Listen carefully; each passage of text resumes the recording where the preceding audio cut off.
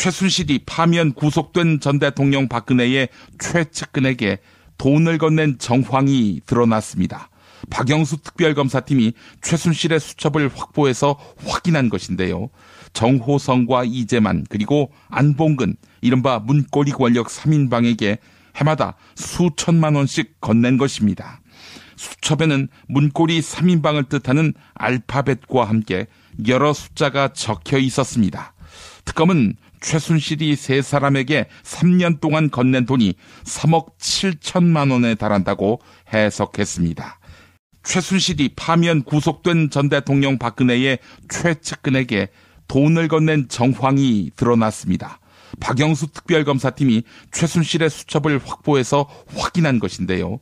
정호성과 이재만 그리고 안봉근 이른바 문고리 권력 3인방에게 해마다 수천만 원씩 건넨 것입니다. 수첩에는 문고리 3인방을 뜻하는 알파벳과 함께 여러 숫자가 적혀 있었습니다. 특검은 최순실이 세 사람에게 3년 동안 건넨 돈이 3억 7천만 원에 달한다고 해석했습니다.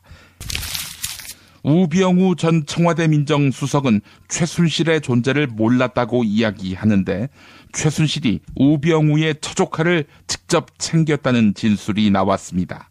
동계 스포츠 영재센터, 최순실이 실질적으로 운영해왔는데 동계 스포츠 영재센터 직원에게 우병우의 처조카를 스포츠 영재로 발탁하라고 지시한 것입니다. 동계 스포츠 영재센터 직원이 박영수 특별검사팀과 검찰에 진술한 내용인데 이 직원은 결국 우병우의 조카가 스포츠 영재로 뽑혔다고 덧붙였습니다. 채널A 보도였습니다. 지난 2월 박영수 특별검사팀이 우병우 전 민정수석을 소환 조사했는데 우병우 아들의 의경 보직 특혜 등을 수사하기 위해서였습니다. 이때 우병우가 특검 측에 한 말은 가족은 건드리지 말라. 이거였다고 합니다. 한편 우병우의 아내와 장모는 가족회사 정강의 자금 횡령과 경기도 화성시의 땅을 차명 보유한 사실이 확인됐습니다. 홍만표도 우병우도 가족은 건들지 말라. 이런 입장을 피력한 것으로 알려졌죠. 자, 검찰은 하지만 우병우의 아내와 장모를 불구속 기소할 예정입니다. 채널A 보도였습니다.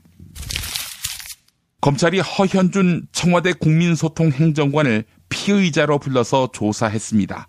전국경제인연합회와 대기업을 압박한 직권남용 및 강요 혐의인데요. 어버이연합 등 친정부단체에 돈을 주도록 압력을 넣었다는 것입니다. 전경련은 어버이연합의 차명 계좌로 여러 차례 자금을 송금했죠. 검찰은 허현준 행정관을 상대로 윗선의 지시를 받았는지 직접 추궁했습니다. 이 사람 아직도 청와대 현직이군요. JTBC 보도였습니다. 지난 6일 도널드 트럼프 미국 대통령이 시진핑 중국 국가주석을 정상회담장에 부른 뒤 시리아를 폭격했습니다. 트럼프 대통령은 그동안 중국을 향해 북한 문제 해결에 나서라고 이야기했는데 중국이 나서지 않으면 우리가 할 것이라며 행동을 예고해 왔습니다. 미국의 이번 시리아 공격은 중국과 북한을 향해 말로 그치지 않는다는 메시지를 보낸 것인데요. 익명을 요구한 국내 외교 소식통은 미국이 한국 정부에다가 이런 메시지를 보내왔다고 합니다. 미국의 시리아 공습은 북한의 도발 가능성을 염두에 둔 다목적 조치였다. 중앙일보 보도였습니다. 조선일보의 국민의당 안철수 대선 후보 띄우기가 노골화되고 있습니다. 더불어민주당 문재인 후보에 줄 섰던 관료와 교수들이 안철수 후보 쪽으로 옮겨가고 있다는 것인데요. 보도 일부입니다. 문재인 캠프에 집중됐던 관료와 교수들의 줄서기가 안철수 후보 측에서 나타나고 있다. 일찌감치 문재인 후보 지지 선언을 했던 몇몇 전문가는 좀 더 지켜본 뒤에 선택할 걸 그랬다. 이런 말을 한다.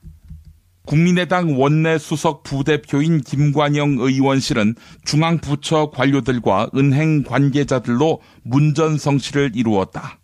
더불어민주당을 탈당하고 국민의당에 입당한 이현주 의원도 교수 등 전문가들에게 전화를 많이 받는다고 한다.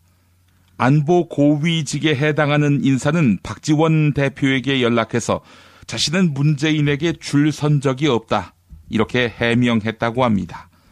네, 이상은 조선일보의 기사 내용이었습니다.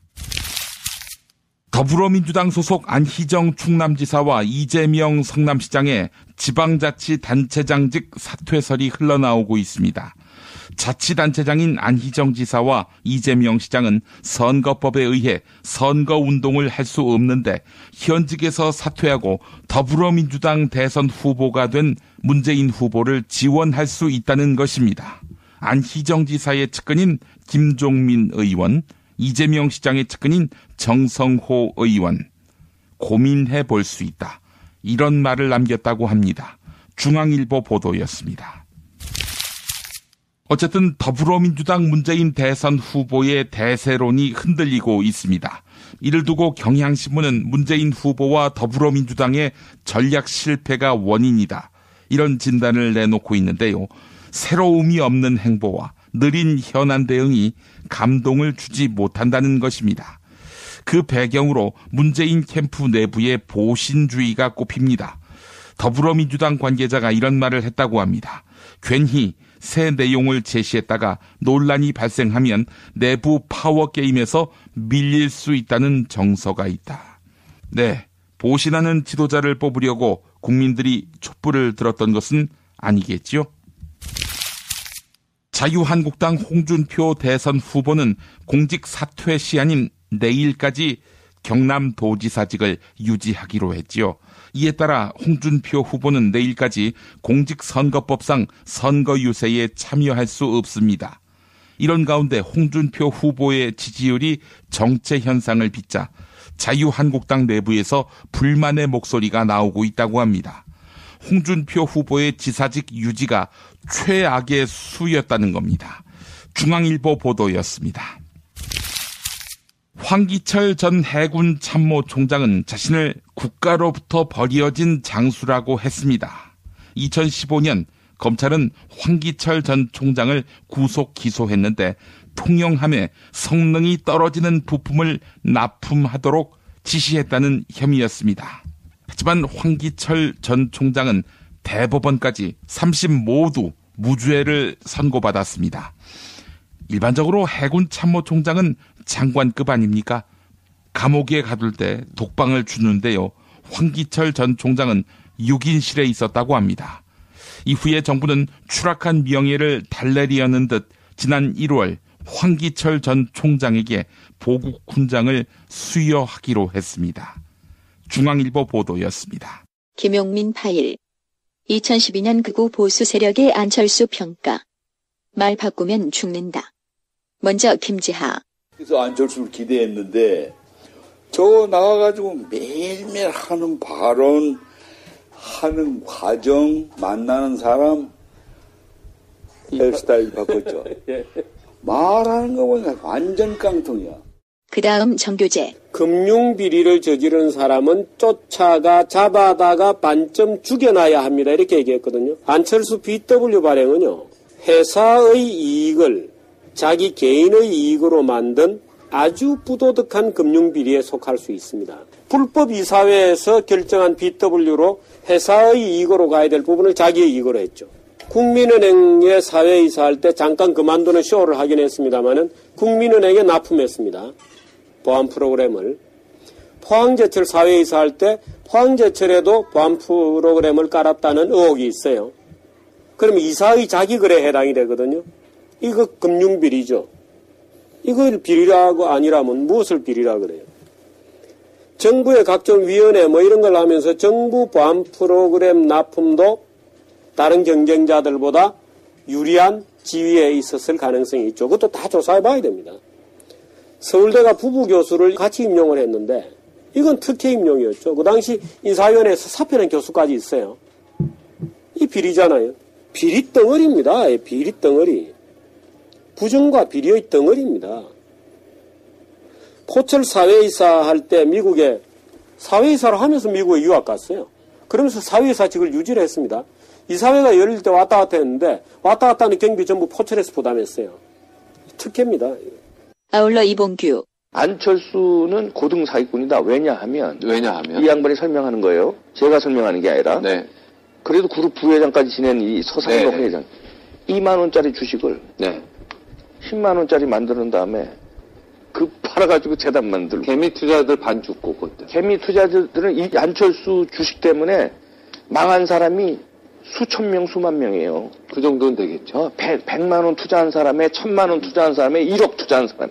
예? 전 재산 투자한 사람도 있다고요. 네. 근데 자기는 최고 상한가 갔을 때 팔아치워가지고. 최고는 아니고 이제 아니, 거의 그 무렵에. 어깨나 이 정도. 그 무렵에 팔아치워가지고. 거의 그래도 최고가죠. 그리고서는 절반은 또 사회 환원한다고. 그리고 정치인으로 입지 다진 거 아닙니까? 네.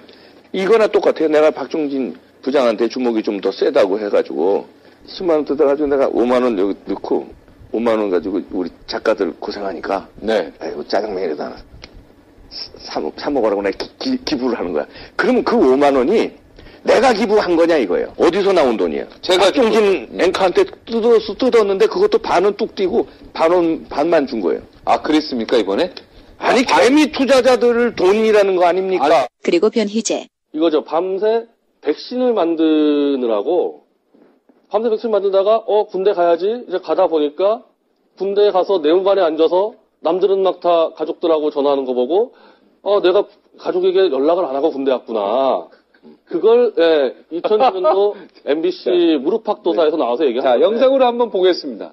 아, 제가 군대 갔다는 이야기를 안 하고 나오고. 지금 김미경 부인이 인터뷰하는 게 98년도 MBC 성공시대에서 나오는 건데 네. 본인 가족이 같이 찍은 다큐멘터리에서 본인 부인이 나가서 방송에 나가서 얘기했는데 그리고 그냥 지하철 타고 서울역에서 헤어지는데 참 좀 섭섭하기도 하고. 그 정도로 일에 몰입하는 그 안철수의 천재성에서 MBC 무릎팍도사에서 그 자막이 나와요. 일에 몰입도라고. 이런 하나의 작은 에피소드를 거짓말을 해서 신화를 만들어낸 거죠. 문제는 그러면 안철수 의원이 실수했을까? 저는 그 가능성 없다고 보는 게. 나중에 손만 찍어서 가져가셨더라고요. 나중에 손만 찍어서 가셨다. 요것도 한번 볼까요? VCR 먼저. 네. 얼굴이 안 나온다는 조건만으로 이제 목소리만 나오게 하겠다고 해서 찍었는데요. 나중에 보니까 제 손만 찍어 가셨더라고요. 근데 그게 이제 2009년도 무릎팍도사에 나와서 본인은 나눠주는 거에 대해서 이제 이른바 겸손함의 미덕을 이제 알려주기 위해서 손만 찍게 했다. 노력의 성과를 직원들과 함께 나누는 어느 벤처기업인을 송현정 기자가 만났습니다. 작년 말 올해 초를 비정상적이라고 생각해서 잊어버리시면 전인이 됐을 이걸 찾아낸 거네요. 네. 오늘 개도란마의 특종이네, 이거는. 그죠? 이것도 성공시대 98년도에서는 제가 찾아낸 건데, 어차피. 이것도 네. 성공시대도 네, 이것도 특종이네, 그죠? 네, 이거 빼도 박도 못하는 특종이네, 그죠? 박종진 앵커, 변희재 대표 별명이 있어요. 뭡니까? 저승사자야. 저승사자. 걸리면 죽는 거야.